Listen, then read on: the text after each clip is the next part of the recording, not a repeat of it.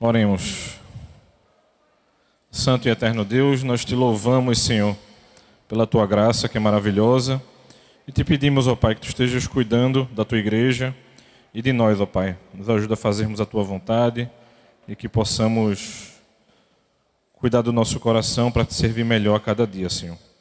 Em nome de Cristo é que te oramos. Amém. Irmãos, deixa eu só pegar um negócio aqui na mochila que a gente começa já.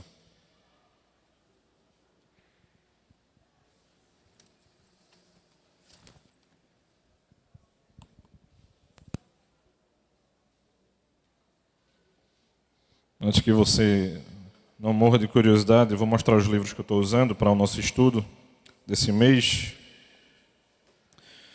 E vou falar um pouco de cada um rapidinho e a gente inicia, certo? O livro base, o livro que está conduzindo o trilho desse mês é esse livro aqui, ó. Quem cuida de quem cuida, certo? Ele é um livro com um enfoque maior para pastores e presbíteros, mas o ministério uns aos outros é um ministério para toda a igreja, certo, irmãos? E eu estou usando outros livros de apoio. Um deles é esse aqui, do Dr. David Powlison, Falando a Verdade em Amor, certo? Esse eu usei no estudo de hoje também, Lado a Lado, certo? Do Dr. Edward Welch. E esse aqui eu estava querendo comprar e ganhei essa semana. Criando uma cultura de cuidado na igreja. Certo? Então o livro-texto é esse aqui. Então qualquer dúvida, você pode me perguntar depois e a gente pode conversar um pouquinho sobre cada livro. Nossa aula hoje ela vai percorrer por três perspectivas, certo? A primeira delas, a gente vai falar um pouquinho a respeito da dificuldade dos tempos em que a gente vive, certo? Esse é primeira perspectiva que a gente vai conversar um pouco na manhã de hoje. A segunda perspectiva que a gente vai conversar é como a gente tem visto Deus, e isso é importantíssimo para o nosso dia a dia, certo? E a terceira e última é conversar um pouco a respeito de graça, certo? Então, olhar um pouco de como a gente tem lidado com o problema do nosso dia a dia, o mal, digamos assim, que traspassa a nossa vida, olhar um pouquinho para como a gente olha para Deus e, por fim, a gente vai encerrar falando sobre graça. Eu vou tentar percorrer isso em 1 hora. Se eu acabar, acabei. Se não acabar, a gente para e retoma semana que vem, tá bom? Mas eu acho que vai dar tempo, tá? Bem resumidozinho, bem condensadozinho, tá bom? O tema de hoje, que a gente vai trabalhar ao longo desses domingos, é cuidando da Igreja de Cristo. E hoje a gente vai tocar um pouco nessas três perspectivas, da doutrina de nós mesmos e um dos outros, certo? Em primeiro lugar, eu quero que a gente lembre disso aí. Isso quem fala é o Dr. Edward Welch. Ele fala que a vida ela é difícil. Dr. Vadislau também fala a respeito disso, mas eu queria expandir um pouquinho mais para a gente não ficar só preso a Dr. Vadislau e a gente ter algumas outras ideias. E ele vai dizer o seguinte: é muito difícil administrar a vida sozinho. A vida é boa, mas ela é difícil. E essa perspectiva da dificuldade faz com que a gente muitas vezes tenha dificuldade de administrar a nossa vida, certo? E é por isso que essa perspectiva de uns aos outros ela é tão importante dentro da igreja. Você já parou para pensar, por exemplo, de que muitas vezes você está passando por um problema que um amigo seu já passou, mas até que você converse com ele, nenhum de vocês dois fazem ideia de que, primeiro, a não ser que você tenha uma amizade muito duradoura, de muitos anos, mas normalmente você faz assim, ninguém nunca passou por isso, e você fica sofrendo sozinho. É nesse tipo de perspectiva, muitas vezes, que a gente não sabe lidar com os problemas que afetam o nosso dia a dia e a nossa realidade. Então, se a vida ela é boa, mas ela é difícil, você já parou para pensar que essas tribulações, muitas vezes, a gente é levado a pensar que elas são intermináveis? Não estou dizendo que elas são, estou dizendo que a gente é levado a pensar como se elas fossem. Então, para quem está acompanhando a transmissão, e assim que encerrar eu vou mandar os slides no grupo da igreja para você ver, certo? Eu estou com uma listinha aqui de uns 8, 9 problemas ou situações que acontecem no nosso dia a dia. Um primeiro problema que normalmente nos afeta é a nossa saúde. Certo? Então, vou pegar uma realidade que estava acontecendo de sexta para cá. Grupo dos pastores da igreja, aí Daniel Martins diz assim, estou indo para o hospital.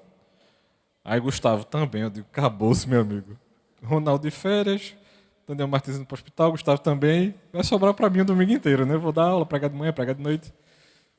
Então, assim, não obrigatoriamente somente afeta a gente, mas afeta o que está acontecendo ao nosso redor. E aí, quando é agora de manhã, o reverendo Ronaldo está de férias, né? Aí eu mandei uma mensagem para ele, bom dia, irmão. Aí ele, estou indo para o hospital. Eu disse, não é possível. Meu Deus. Então, assim, muitas vezes a gente se deixa levar pelas coisas que estão acontecendo e a gente perde de vista aquilo que deveria ser o centro, o principal da nossa vida, aquilo que locomove o nosso ser. Que, olhando para o que a gente está começando a ver hoje, não é a nossa saúde. Ela é uma parte muito importante, que ela tem uma perspectiva de interferência muito grande, mas não é a coisa mais importante. Um outro bom exemplo, eu que diria que tem levado muitos de nós a viverem deprimidos hoje em dia, é a nossa incerteza financeira e também, às vezes, profissional. Tinha alguns irmãos da igreja participando de uma conferência desde quinta-feira na igreja de Boa Viagem, e aí o preletor, Dr. Jairo, ele disse assim, no início do meu ministério eu passei 2 anos sem receber um centavo da igreja. Você já parou para pensar nisso, meu irmão? Você está trabalhando mesmo, mas não está recebendo nada. E mais difícil, porque quando você está desempregado, você diz assim, quando eu arrumar um emprego, eu vou começar a receber alguma coisa. Mas quando você está trabalhando e não recebe nada. Então, são essas situações que a gente olha assim para frente e diz assim, e agora? Estava conversando com minha esposa e ela disse assim, será que a gente vai ter condições de pagar escola? Aí eu parei, olhei para ela assim, eu disse, meu amor, até agora nada nos faltou. Porque a perspectiva de dinheiro, irmãos, ela é uma perspectiva muito relativa. Muitas vezes nós nos colocamos em determinadas situações que não foi o Senhor que nos colocou nelas, não. Fomos nós. Porque, por exemplo, você conhece o 11º mandamento? Terás automóvel.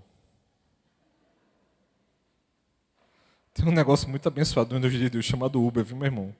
Que é melhor do que táxi, porque na época de táxi, que não existia transporte por aplicativo, a gente sofria. Viu? Eu já cheguei a passar 1 hora para tentar vir para a igreja, isso eu lembro, criança, meu pai tentando pegar um táxi, muito complicado. Mas isso são coisas que amedrontam o nosso coração e que a gente perde de vista a perspectiva seguinte, que eu não vou entrar nela ainda, mas é como a gente vê o Senhor na nossa vida. Normalmente, problemas do nosso coração têm a ver em como a gente enxerga a Deus. E aí, a lista está bem grandezinha aqui, né? Eu só vou ir mais rápido aqui um pouquinho. Promessas quebradas. Sabe aquilo que prometeram a você que não cumpriram? E não venha dizer que é político, não. Estou falando de pessoas próximas a você. Coisas que foram prometidas, que deveriam acontecer e que não aconteceram. O seu coração ele está no Senhor ou nas pessoas? Porque se eu posso quebrar promessa para você, se qualquer pessoa dessa igreja pode quebrar uma promessa, imagine os de fora. Outro exemplo, você está atarefado demais. Irmãos, a perspectiva de dormir tem a ver com isso, viu?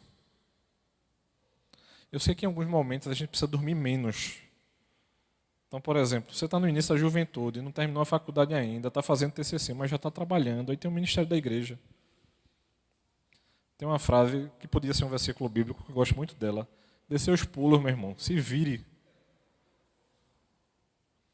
Agora, se você continua nessa loucura desvairada para o resto da sua vida, não é um período.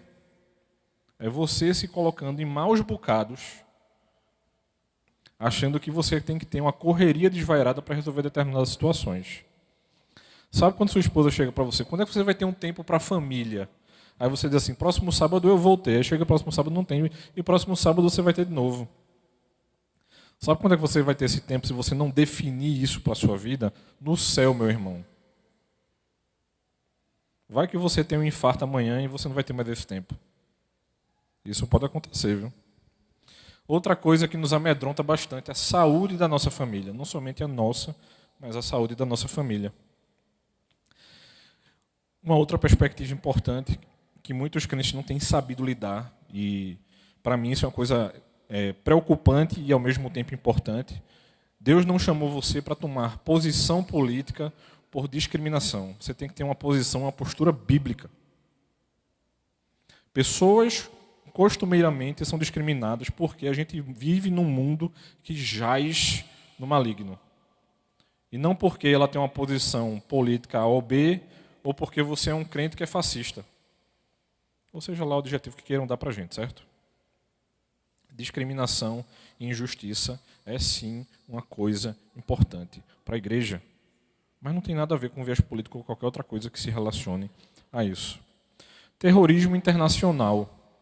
A gente não lida muito com isso diretamente não, mas eu vi a gente bem amedrontado com a possibilidade de uma guerra nuclear por conta do conflito entre a Rússia e Ucrânia, certo? Então, esse tipo de coisa a gente perde de perspectiva quando a gente deixa de confiar e acreditar no Deus que controla tudo e tem tudo debaixo da sua vontade. Discórdia entre amigos, eu diria que é uma coisa bem comum dentro da igreja. Faz quanto tempo que você não fala com seu melhor amigo simplesmente porque você deixou de discordar dele, por exemplo, politicamente? Você está em pecado, viu, meu irmão? Vai resolver isso aí. Ou, pensando na dificuldade da vida, você já parou para pensar que uma falha mecânica dentro da soberania de Deus, da sua permissão, a gente pode sofrer com um acidente por conta disso?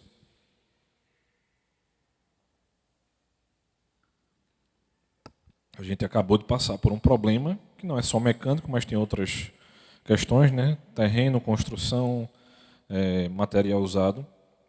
Mas um prédio, acho que eu posso usar o mais nos dois sentidos, né? Mas e mais, né? Mais um prédio desaba em nossa cidade. Isso são coisas que acontecem, que nos abalam, que nos afetam. Mas aí o que é que a Bíblia traz para nós? Você já parou para se perguntar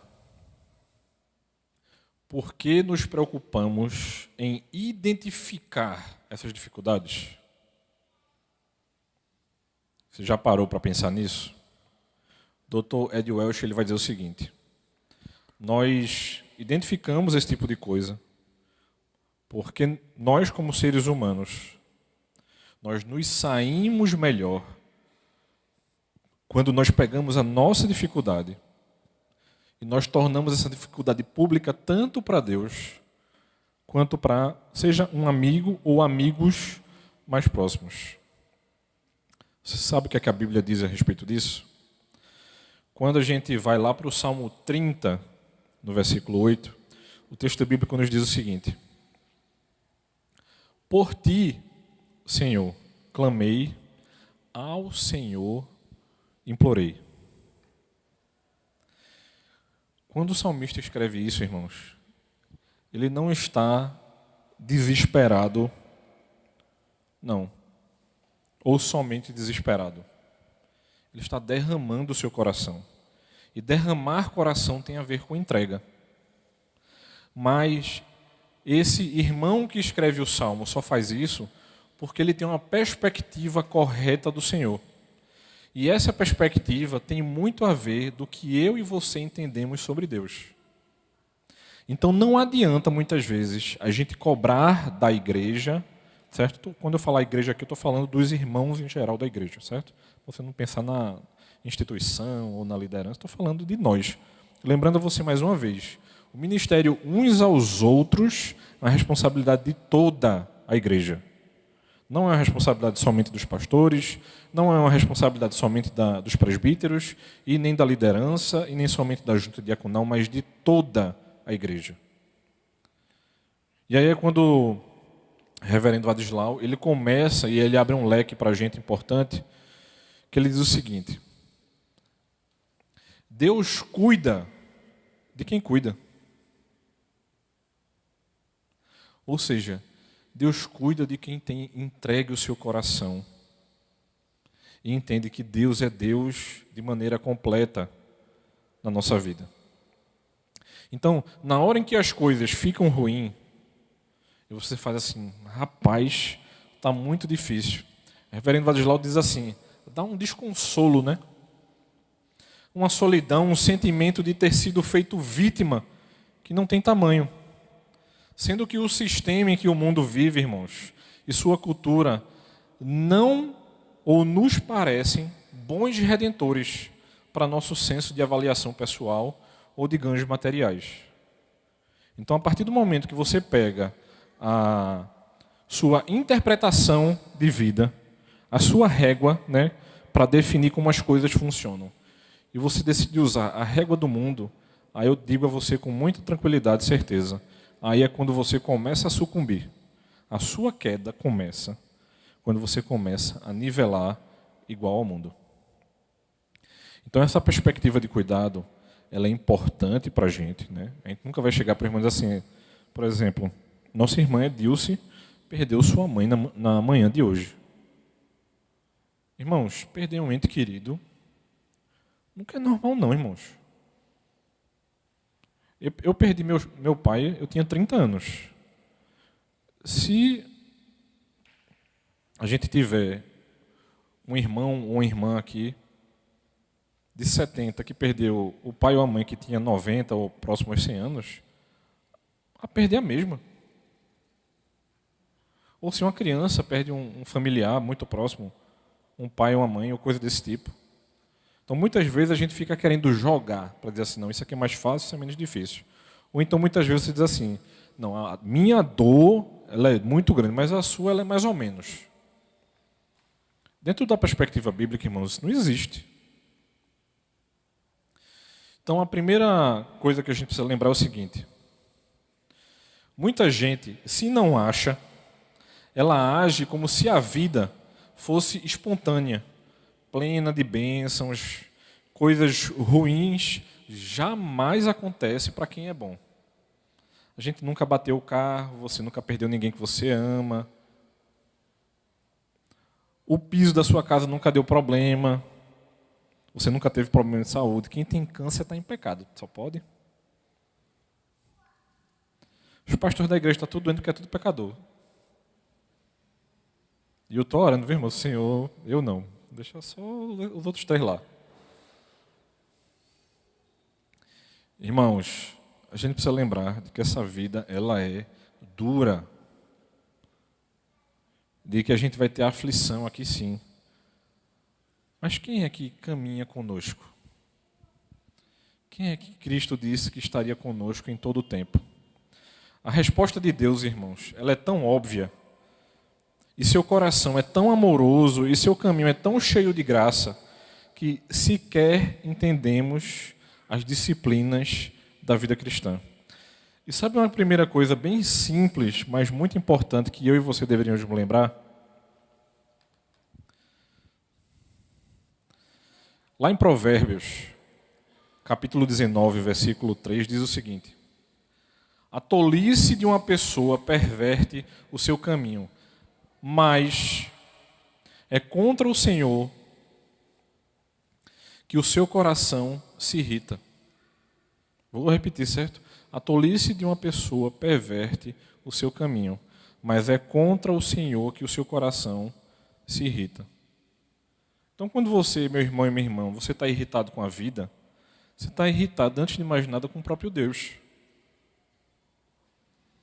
Sabe quando você está extremamente irritado, que se você pudesse dar um murro na porta, você daria?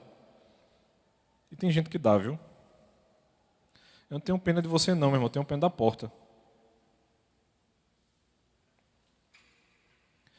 Porque isso só mostra o quanto muitas vezes a gente quer justificar o nosso pecado e dizer para nós mesmos, para a nossa família e até mesmo para as pessoas da igreja, de que naquele momento você estava fora do controle.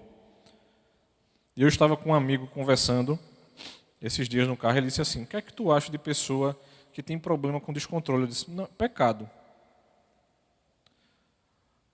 Mas as questões do corpo, vai para o médico, resolve. E o coração?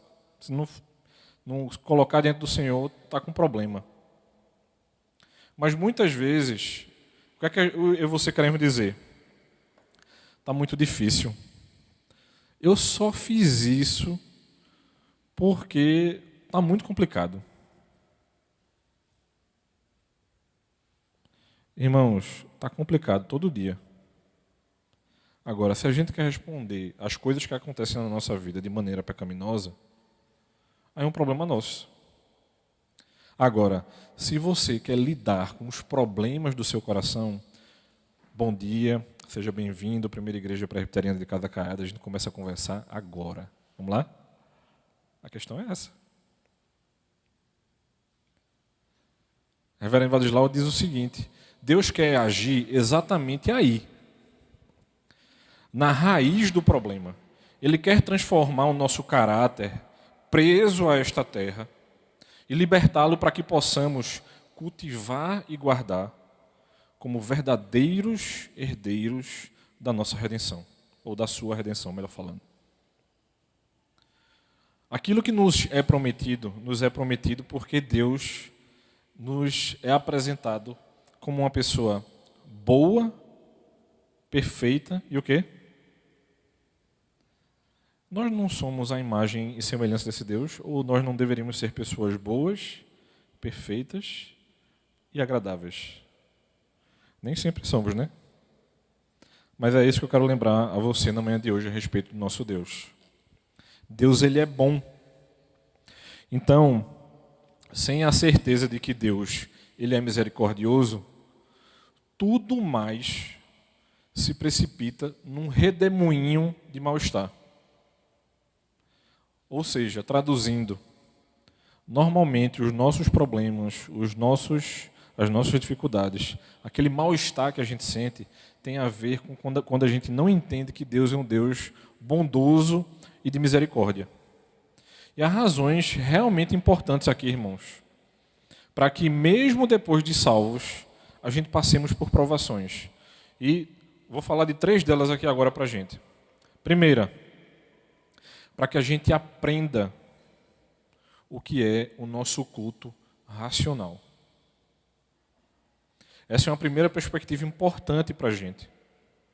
Então, não adianta a gente falar de cuidado na igreja, né, sem falar de teologia, de doutrina. Muitas vezes, a sua perspectiva de culto, de funcionamento da igreja, de atividades da igreja e de coisas relacionadas à igreja, ela é ruim ou errada porque você não tem as questões básicas resolvidas no seu coração. Uma segunda questão é a seguinte: para que haja renovação da nossa mente. Sabe quando você está dirigindo numa reta? Isso normalmente acontece comigo início da tarde, Agamenon Magalhães, dá aquele soninho bom danado. Você está numa reta ali, trânsito parando, né? O trânsito parando na Agamenon é redundante, né? O semáforo fecha, você para. Normalmente, quando o semáforo fecha, eu fecho o olho e digo assim: Senhor, não me deixa dormir aqui agora. Os caras vão andar tudinho aqui. Normalmente, digamos assim, esse cruzeiro da nossa vida, né, essa velocidade de cruzeiro, ela traz conforto, mas normalmente a gente se conforta também com o nosso coração, que é enganoso. A gente vai se confortar com o nosso pecado. Então, situações de instabilidade, ela vem para nos provar. Certo? Então, desafios que surgem na nossa vida, surgem para que a gente seja transformado e renovado. E a terceira e última perspectiva, a respeito do sofrimento, é que para que a gente experimente a boa, agradável e perfeita vontade de Deus. Normalmente, quando a gente está muito acomodado, é porque a gente não está vivendo como deveria. E isso tem a ver com a nossa espiritualidade, certo? E não com relação a outras coisas. Sabe o que é interessante? E eu fui lembrado disso ontem. Muitas vezes, eu e você, nós iremos culpar as pessoas que nos estão causando problema como se elas fossem as culpadas primárias desse tipo de causa. Sabe aquele vizinho chato que você tem? Antes de você culpá-lo, pergunte ao Senhor porque Ele está permitindo isso. Muita gente diz assim, tu é calmo, né? Normalmente eu sou, irmão, mas eu já tive vontade de derrubar a porta de um vizinho meu. E eu acho que eu só não derrubei porque tinha uma grade entre a porta e eu. E isso é uma coisa que me envergonha. Por quê? Eu cedi a toda a minha ira naquele momento e fui bater na porta. Mas eu não batia, não, irmãos. Eu esmurrava a porta. Certo? Tem bastante tempo isso, viu, irmãos? E eu só lembro da minha mãe me perguntando, tu estava fazendo o quê? Eu disse, estava dando um toquezinho ali na porta. E por que eu fiz isso? Porque na minha cabeça, aquela pessoa tinha discriminado uma pessoa que eu amava e eu tinha que resolver aquilo ali naquele momento.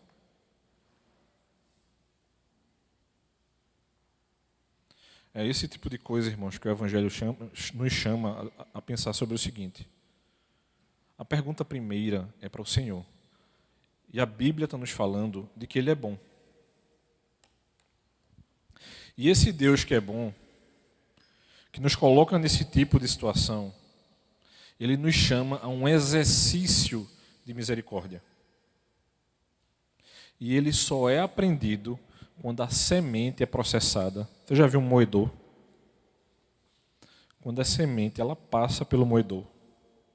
Quando essa semente ela é processada no mó da realidade e transformada em farinha para alimentar a sua alma.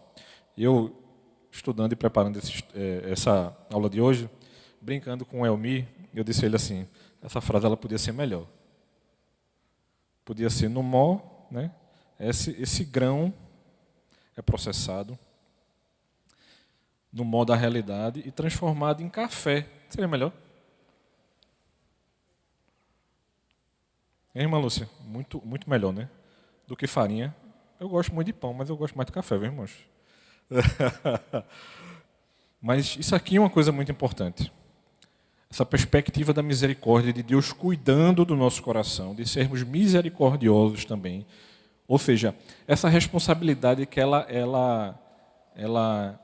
colocada em decorrência de Deus é bom, certo? E Ele espera que também sejamos por sermos seus filhos. Então, o autor aos Hebreus, no capítulo 2, no verso 18, ele vai dizer o seguinte a respeito disso aqui.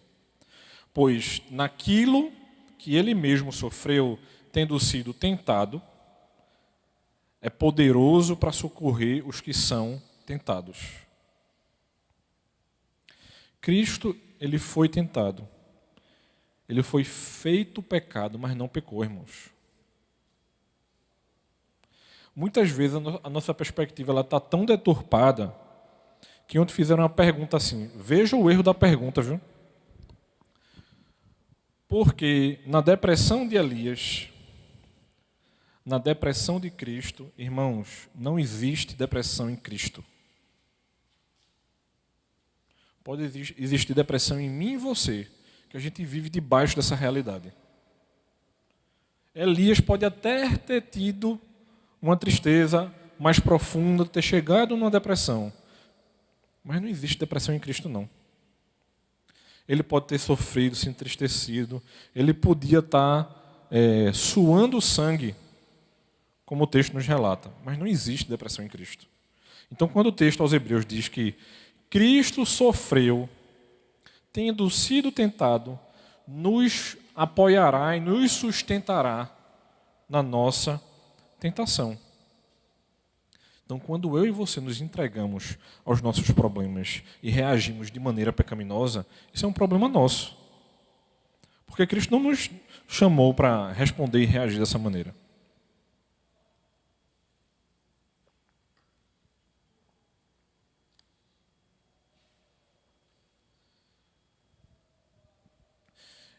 Então a gente precisa lembrar do seguinte: pode ter havido momentos em sua vida em que você se sentiu esmagado sob o peso de sentimentos amargos. Isso é passível e possível a todos nós. Não é uma realidade diferente para nenhum de nós, irmãos. Isso é muito comum de acontecer. Agora, existe um diferencial importantíssimo aqui, certo? Eu quero que você aprenda a fazer essa distinção a partir de hoje. Veja bem, alguns desses momentos foram apenas coisas da minha e da sua cabeça, mas doíam no coração como o braço quebrado, como carne queimada. Mas dentro de outra realidade, outros foram sentimentos reais, situações cruas, dessas que vêm como enchente e machucam a nossa alma, assim como Jeremias capítulo 29, versículo 11 nos lembra. Então, nem sempre a sua dor ela é uma dor real. E a gente precisa distinguir biblicamente aquilo que é dor relativa, que não é verdade, que não tem uma confusão ali, que não tem um problema, você só não está bem naquele dia, de uma dor verdadeira. A gente precisa aprender a distinguir um dia de uma noite mal dormida de um dia que você perdeu a sua mãe, o seu pai, alguém muito próximo a você. São dois sentimentos e sensações muito diferentes. É como se não houvesse mais gradação nos dias de hoje. Você consegue dizer para mim um dia que você está triste de verdade, de um dia que simplesmente você não está bem? Será que você consegue fazer essa distinção hoje em dia? Hoje eu não acordei bem, mas eu não estou triste, não. Eu só não estou bem. De dias que você está realmente triste, para dias que você está numa angústia profunda. Ou como diziam os puritanos, eu estou entregue à minha melancolia. Porque nem a palavra depressão existia no período dos puritanos. Essa é a palavra que Spurgeon usava para os problemas de sua mente, do seu coração e da sua alma.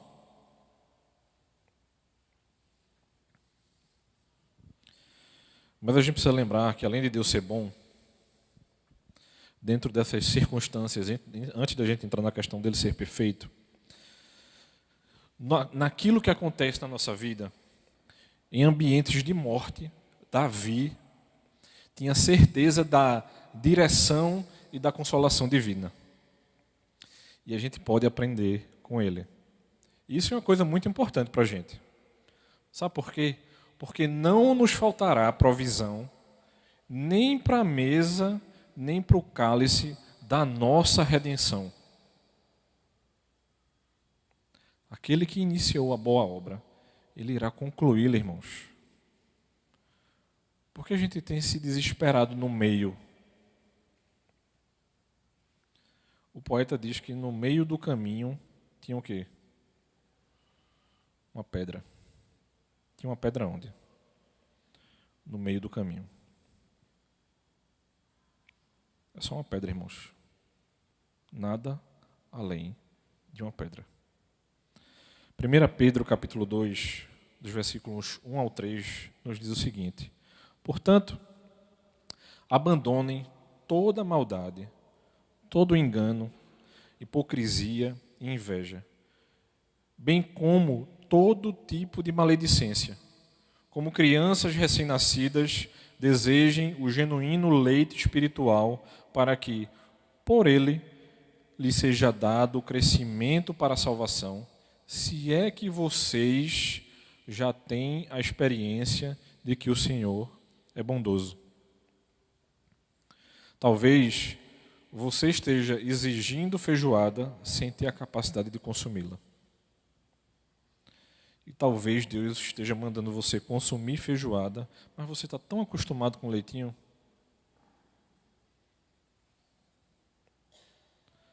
Leite é bom, irmãos. Mas só leite não resolve o nosso problema, não. Então, o que o Senhor chega para a gente é dizendo assim: eu sou bom, eu espero que você seja bom também, mas eu espero muito mais que você cresça conforme você caminhe comigo. Então, quando a gente se perde nas coisas simples do Evangelho, o que o Senhor está atentando e lembrando no nosso coração é o seguinte: meu irmão e minha irmã, você estagnou, mas o Senhor quer lembrar você que você precisa continuar andando. Eu espero que a gente não seja como um burro que empaca, certo? Que passa aí do lugar só na pancada. Eu espero que a gente saia do canto, né, de maneira mais tranquila. Mas isso, o Evangelho, ele precisa impactar o nosso coração, certo? Deus é bom, Deus é perfeito. Somente Deus, que é perfeito, pode ter o alvo de que também sejamos perfeitos e que Ele tem realizado já. Filipenses capítulo 1, versículo 6, ele lembra eu e você disso. Você ainda peca? Você ainda peca? Você acha que você ainda peca? Sim? Vai pecar para sempre? Essa é uma realidade muito boa, né? Nós estamos com o nosso coração sendo trabalhado. Deus, que é perfeito, que nos chama a viver essa perfeição, Ele também diz assim: eu estou trabalhando no seu coração para isso. Então vamos juntar duas coisas importantes que a gente já viu na manhã de hoje. Está lembrado daquele sofrimento dessa semana? É Deus lembrando a você que Ele é bom, mas Ele está lembrando a você também de que Ele é perfeito e Ele está cobrando isso de você. Agora tem um detalhe: quem cobra isso a você é o Senhor e não é você mesmo não, certo? Se você tem problema, por exemplo, com perfeccionismo, tem um versículo que diz o seguinte: feito é melhor do que o quê? Do que perfeito. Isso não é versículo não, estou brincando, viu? Isso é o Senhor trabalhando no seu coração. Muitas vezes a gente deixa de fazer muitas coisas porque a gente está esperando chegar naquele detalhezinho. Normalmente quem trabalha com processo artístico sofre que é uma beleza com isso. Então, estava lembrando aqui das irmãs que trabalham com bolo aqui na igreja, né? Imagina ela deixando de entregar um bolo, hein, Duda? Porque daquele detalhezinho que tu queria fazer, tu não conseguiu. Eu acho que é melhor entregar. Então, isso que o Senhor está lembrando a mim e a você é que Ele está trabalhando sobre isso. E que a gente precisa deixar que o Senhor continue trabalhando a respeito disso. E não que a gente não tenha trabalhado para isso, mas o grande problema é quando a gente não deixa o Senhor trabalhar a respeito dessa perspectiva. Então, nós não somos perfeitos, na verdade nós somos pequenos. E Reverendo Vadislau diz assim: eu sou pequeno e minha visão não chega a ver além da montanha. Meus braços, eles não vão além do meu coração. A gente é pequenininho. Então a minha alma, quando ela clama, ela deveria clamar ao Senhor assim como o salmista, no Salmo 88, verso 9, nos diz o seguinte: os meus olhos desfalecem de aflição, dia após dia venho clamando a Ti, Senhor, e a Ti levanto as minhas mãos.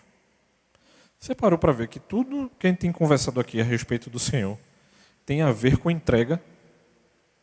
Então, sabe aquela perspectiva de você controlar a sua vida, de que o dinheiro que você ganha é porque é pelo seu mérito, de que o emprego que você conseguiu é porque você é muito bom, e você tem uma família boa que vem para a igreja, e que seu filho não se desviou. Eu acho melhor você começar a rever os seus conceitos. Viu? O Senhor está nos dizendo justamente o contrário aqui. Ele vai cobrar da gente algumas responsabilidades. Vão haver contrapartidas, mas não a respeito da nossa salvação, mas a respeito da nossa santidade. A nossa bondade, a nossa perfeição, o nosso ser agradável tem a ver com aquilo que a gente entrega a Deus e que em contrapartida a gente olha para esse Deus que é bom e a gente quer se tornar parecido com Ele, porque antes de mais nada, isso agrada a Ele. E não porque eu tenho que parecer bom para vocês, eu tenho que ter uma imagem boa para vocês ou vice-versa.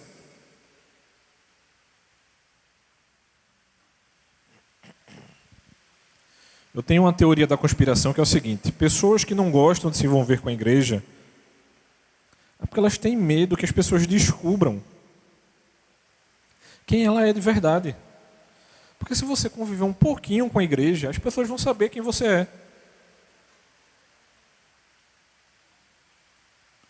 Quando a gente começa a conviver um pouquinho um com o outro, a gente começa a descobrir quem nós somos. E Deus nunca disse e chegou para a gente e diz assim: ame o seu próximo quando o seu próximo amar você. Você vai viver frustrado dentro da igreja.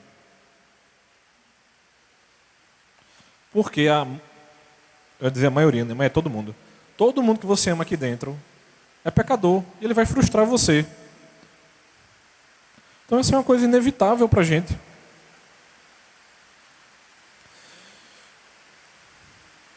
Indo para a terceira perspectiva, que é a respeito de Deus ser agradável. Há um ponto de vista que muda toda a perspectiva desse quadro. E isso aqui é uma coisa séria e que a gente precisa rever. Quando a gente fica de mal com Deus, mas não a ponto de romper com Ele, a gente continua valorizando os seus mandamentos, mas a gente evita qualquer intimidade com esse Deus. No entanto, irmãos, essa intimidade é que é vital nesse processo. Então, se você não entendeu o que deveria ser entendido, você está justamente tendo uma má interpretação do seu relacionamento com Deus. Porque sabe o que é a verdadeira espiritualidade? A verdadeira espiritualidade é o seguinte: a verdadeira espiritualidade é fruto da paz que veio do alto em Jesus, que a realizou pelo seu sangue na cruz do Calvário e assegura a paz entre os homens com base nessa mesma santificação. Então, o Deus da paz que trabalha no nosso coração, Ele espera que o nosso coração sendo trabalhado, nós cresçamos em santidade. Ou seja, se Deus é santo, Ele espera que sejamos santos. E isso vai trazer uma separação importante. Por quê? A separação da graça de Deus por causa da impureza moral, de valorização temporal errada e de amarguras que tomam conta do nosso coração é a causa do nosso medo, culpa e vitimização. Isso aqui é importantíssimo. Normalmente nós temos medo, nos culpamos ou culpamos a outrem e nós nos vitimizamos justamente porque a gente não entende a respeito da graça. A gente ou se entrega a uma impureza moral, a gente valoriza coisas erradas dentro do espaço do tempo, e nós também podemos nos entregar a determinadas amarguras. Então esse Deus que é agradável também, ele lembra a mim e a você o seguinte: tem 3 coisas simples e importantes que a gente precisa fazer: a confissão de pecados, a meditação na palavra e a comunhão com os irmãos. São os meios que Deus dá para que a gente tenha uma vida simples e comum de contemplação. Então, quem assim o fizer, com certeza verá o Senhor. O Salmo 27, versículo 4, nos diz o seguinte: uma coisa peço ao Senhor, e a buscarei, que eu possa morar na casa do Senhor todos os dias da minha vida, para contemplar a beleza do Senhor e meditar no seu templo. Irmãos, a vida comum na igreja, ela não é uma coisa distante e inalcançável, não. Ela só não é cumprida. É como se a gente vivesse uma vida dupla dentro da igreja. Sabe a história do sagrado e profano? De segunda a sábado você é profano, no domingo você é sagrado. A gente não vive ou não consegue viver a vida comum da igreja por conta disso. Porque se eu confesso constantemente os meus pecados, se eu medito na palavra do Senhor constantemente, e se eu tenho comunhão com os irmãos como eu deveria ter, talvez eu precise repensar aquilo que eu tenho vivido. Vou colocar uma pulga atrás da sua orelha, certo? Para que isso seja real motivo de oração para você.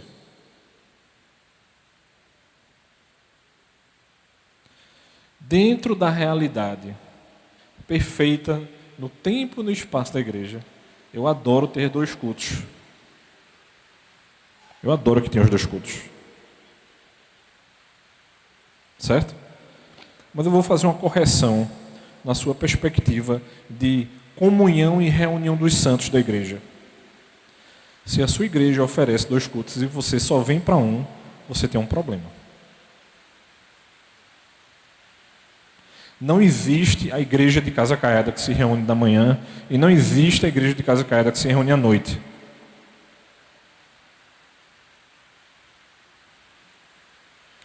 Isso tem que ser motivo de oração. Porque nós devemos ser uma única igreja que se reúne, independente da quantidade de vezes que haja dentro do domingo. A gente pode ter 10 cultos no domingo, mas tem que ser uma única igreja. Uma coisa é você não vir para a igreja porque você não pode. Outra coisa é você começar a escolher aquilo que Deus convocou você para ir. Essa é a perspectiva da santa convocação. Deus não perguntou a você se você quer ir de manhã ou de noite, não. Uma outra perspectiva importante, que tem a ver com isso aqui. Comunhão dos santos. Muitas vezes você reclama que não convive com a igreja, mas quem não convive com a igreja é você. Você não vai para o pequeno grupo, você não vai para os encontros ministeriais, você não vem para a igreja direito. Termina o culto, você já está dentro do carro.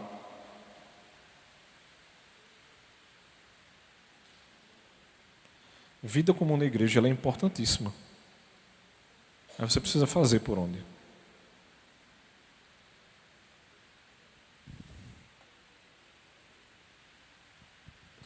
E aí a gente entra na última parte e eu tenho 12 minutos. Vamos correr aqui. A partir do momento que eu entendo que Deus é bom, perfeito e agradável, eu posso, e é bom, né, que eu faça isso, de que eu posso entender melhor a graça de Cristo. E quem ministra isso de maneira muito boa é Dr. David Powlison.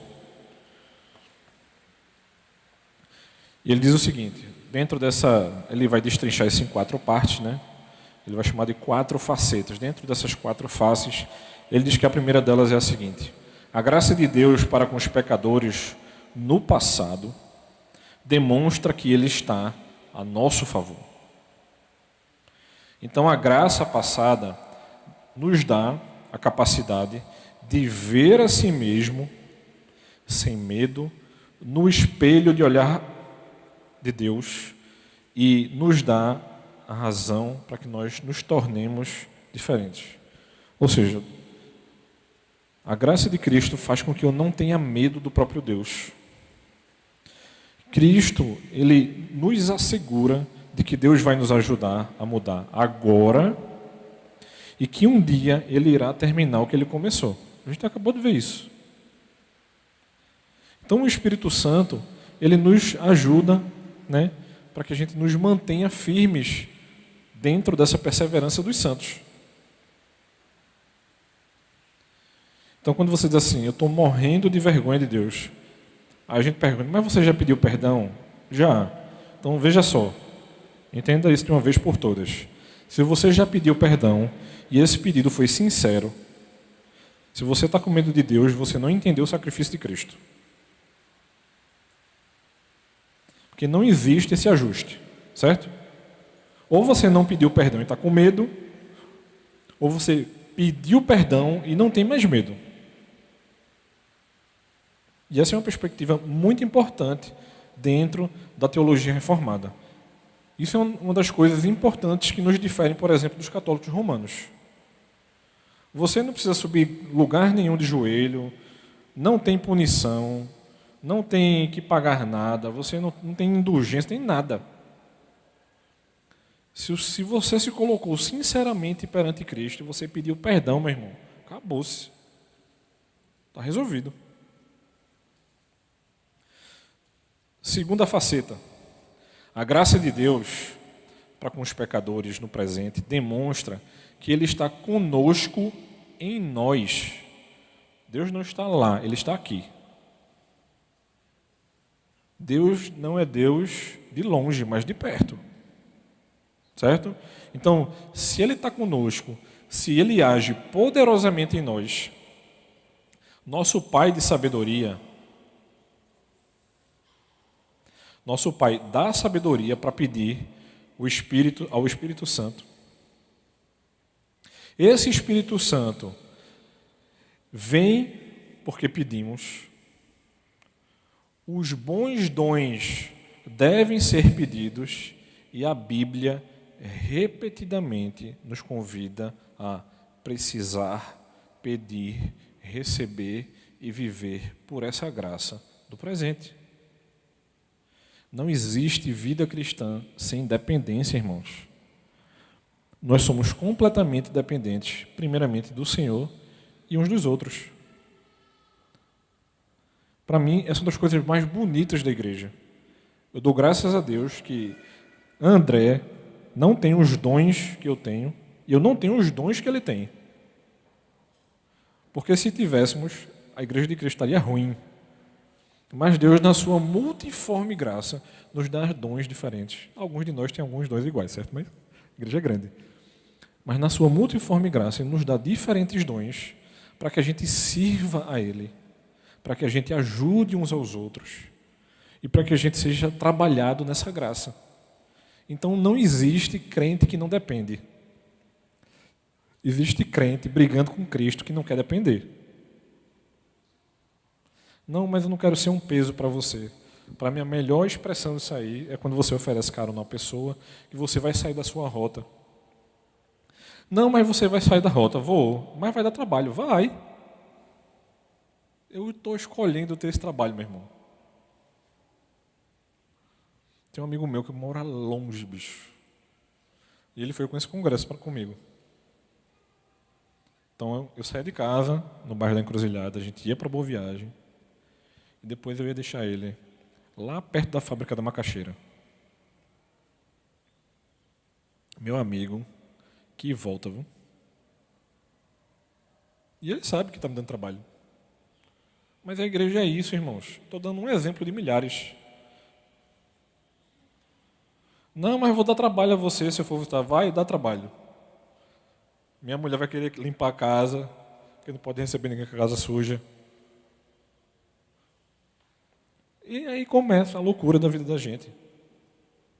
Mas é sobre isso. sobre as coisas que Deus nos dá e que muitas vezes a gente se tranca. Deus não nos chamou para viver uma vida cristã comum da igreja, trancado não. Terceira faceta. A graça de Deus para com os pecadores no futuro demonstra que Ele virá a nós. A boa nova, o reverendo Gustavo passou quase 1 hora falando dessa boa nova hoje. Eu espero que você tenha entendido. A boa nova não é simplesmente passado e presente. O que Jesus vai fazer aperfeiçoa o que a gente fez e faz.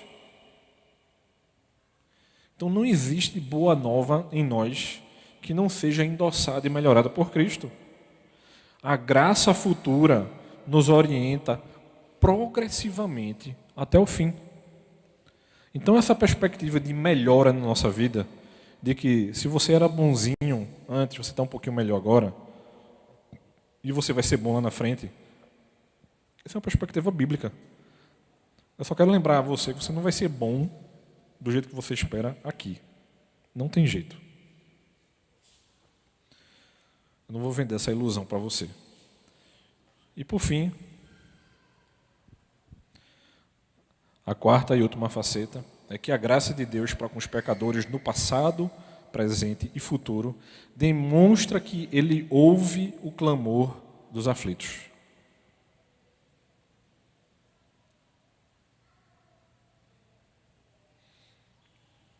Graça não é apenas misericórdia para com os pecadores. Graça, ela também é misericórdia para com aqueles que sofrem. No centro da vida cristã está a nossa necessidade e a proteção de Deus. Então, aquilo que a gente precisa e como Deus nos protege tem tudo a ver com a sua graça. Sabe aquilo que você deseja, que você acha que Deus não está dando a você? Talvez você não precise. Eu gosto muito do Salmo 23 para pensar nisso. Inclusive gosto da interpretação dos irmãos do Projeto Sola. Aquilo que eu não tenho, eu não preciso. Como eles cantam, né? Se o Senhor é meu pastor, aquilo que eu não tenho, eu não preciso.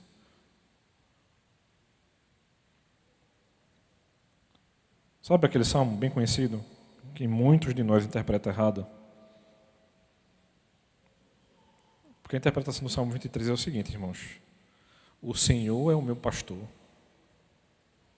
e Ele não nos faltará. O nada é sinônimo de não. E não tem a ver com coisa, tem a ver com Deus. Certo? Então, se Cristo nos ajuda, nos conforta, cura, encoraja, você já parou para pensar que um dia Ele irá agir de maneira decisiva para eliminar todas as dores e trazer alegria eterna aos nossos corações? Ele já falou isso, Ele já prometeu isso. E dentro dessa vida comum da igreja, a gente precisa lembrar isso mais uma vez. Eu quero encerrar nossa aula de hoje pensando nisso. A alegria plena que o Senhor nos promete não pode ser esquecida no nosso dia a dia. Está sofrendo, meu irmão? Entregue. Está com dor? Entregue. Está faltando dinheiro? Entregue. Está com problema de comunhão na igreja? Entregue também. Quer que isso se resolva? Peça para que o Senhor trabalhe no seu coração. Essa é a única maneira para que as coisas sejam resolvidas. Esse é o único jeito. E a gente precisa ter o nosso coração trabalhado. E para que o nosso coração seja trabalhado, dói. Isso aqui nem ferida aberta. Deus mexendo no coração dos seus santos, dói. Porque é confortável ficar no pecado. Mas a gente é muito bom em criar submundos do pecado. Está tão bonzinho lá dentro. Está quentinho, confortável. O problema é que as coisas se proliferam e o pecado aumenta. E talvez chegue um momento em que a coisa seja muito mais difícil de resolver. Então, irmãos, nosso primeiro encontro tratando a respeito disso, a gente vai encerrar, né, a respeito dessas 4 facetas da graça. Dando um spoiler para você, semana que vem a gente vai conversar sobre em como Deus nos habilita a cuidar de nós mesmos, isso é uma coisa importante, né? E como a gente lida de maneira bíblica com o sofrimento, certo? Eu só fiz pincelar, só toquei no problema. Não resolvi ainda não, tá bom? Então, se Deus quiser, próximo domingo a gente continua com o nosso estudo sobre cuidar da igreja e espero que você reflita. Já já eu vou mandar os slides no grupo para que você possa estudar durante a semana. Qualquer dúvida você pode me procurar, tá bom? Vamos orar. Vou convidar você a ficar de pé, esticar as canelas, para que a gente possa orar e encerrar.